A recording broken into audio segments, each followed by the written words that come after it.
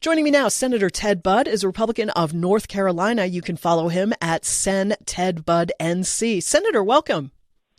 Glad to be here. Thanks for having me. Yes, first time on the show. We're delighted to have you. I was also very interested to learn that sanctuary airports exist. Never heard of that. Tell us about it.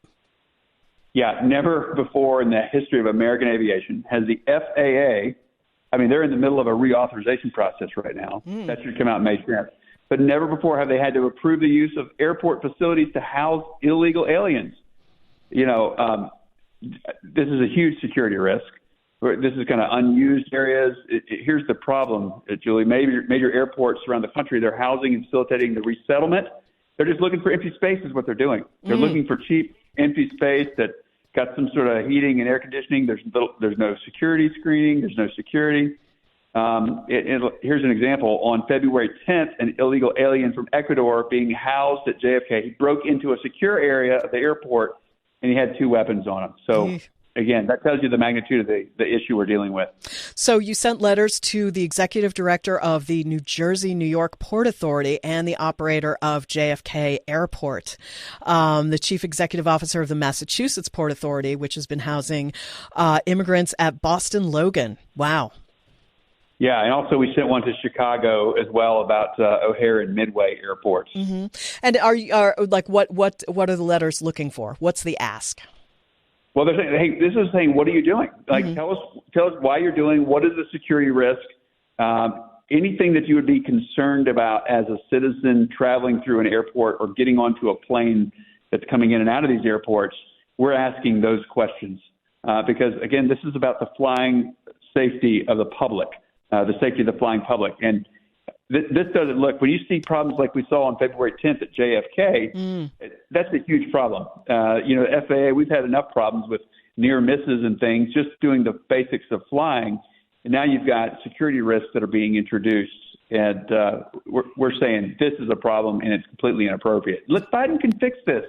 He's undone, nearly 100 things in 100 days, the first 100 days of his administration that were keeping our border secure. And now they're trying to solve it by using the public airports. That's inappropriate. Well, I know that, and this is obviously no excuse, but I know the officials in these northeastern cities have really struggled with what to do with these migrants that turn up in their cities. They don't want to keep them on the streets. People don't like housing them in schools. I guess it looks like they're using airports now. Seems quite a mess. Yeah. Mm-hmm. They're looking anywhere they can to solve the problem. And if you notice the list that you just went through in New York, New Jersey area, Massachusetts, and Chicago, those are all very blue areas. And they're not used to this. They thought it was everybody else's problem. It's a Texas problem, an Arizona problem, a Southern California problem. No, it's all of our problems now. Indeed, it is.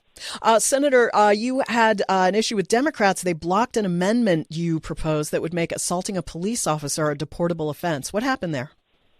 Yeah, this is for those that are here illegally, and if they commit the crime of assaulting a police officer, and it's more than just that. It's also firefighters, EMT workers, first responders.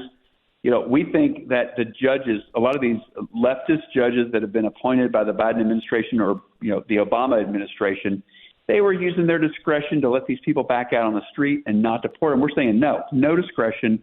They're subject to immediate deportation, no exceptions, no loopholes. And the problem is that it doesn't cover all these assaults against these first responders, meaning some of them can remain in the country even after committing crimes against a first responder. So the Police Act is what I'm referring to.